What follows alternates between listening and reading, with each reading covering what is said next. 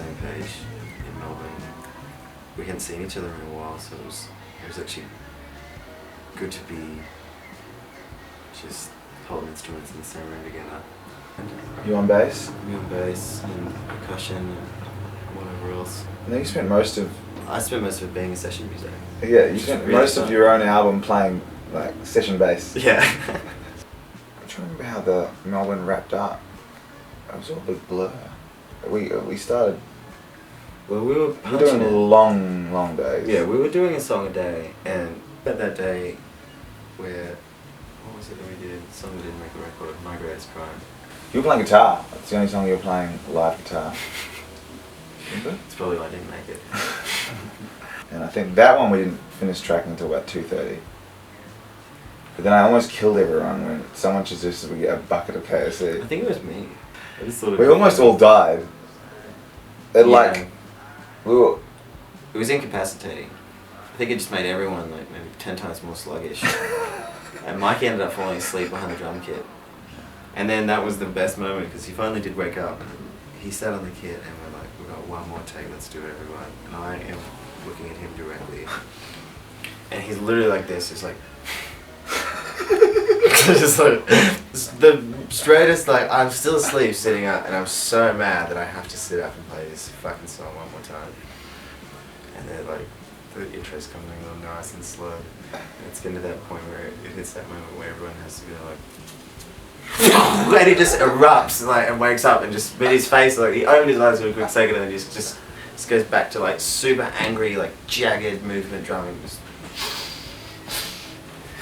like it was the funniest thing to watch. I was almost couldn't do the take because I was laughing so hard. And obviously at that point in time, if it's that late and you're tired and kind of delirious, it's like Things get really if if you get the giggles in a serious moment, it's just like 80 times funnier. We've got to talk about Joel and his codeine. Well, Joel's tooth. I think he got it pulled out, and the day before or something. yeah, and then he. Obviously, you're not supposed to smoke or drink for like a week, so just to let your mouth heal up. And he waited a day. He got so swollen and painful and infected that he had to go back, get a whole bunch more surgery. And then he comes back to the studio just completely doped up. It was a different Joel from that day forward till the end of recording.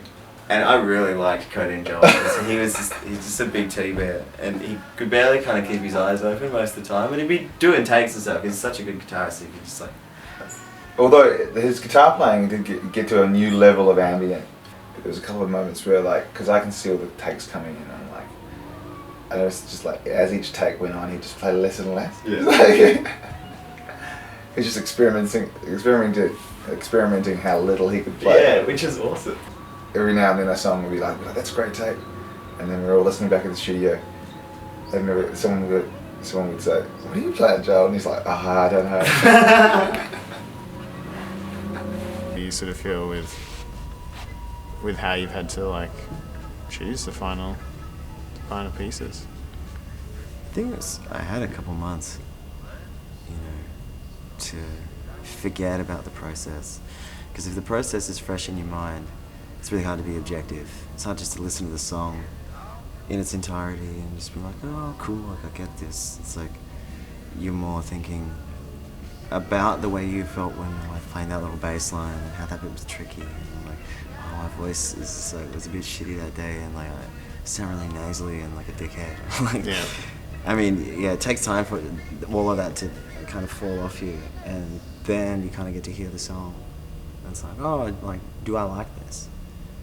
Like, am I emotionally attached to it still? Like, or is it creating a new attachment, like, in its full form that I haven't really experienced yet? Yeah, the sing sessions. Yeah, and having a couple guys from the band come and learn all the parts that we put down to try and give it sort of new life. Yeah. Anything that needed more energy. And so the record became a hybrid of my takes from Barry. It was kind of a shame that we didn't have more time in Sing to get all those other songs down. Because like there was actually a bit of a debate about what songs we should, like the 14 that we should choose to record, because we only had 2 weeks.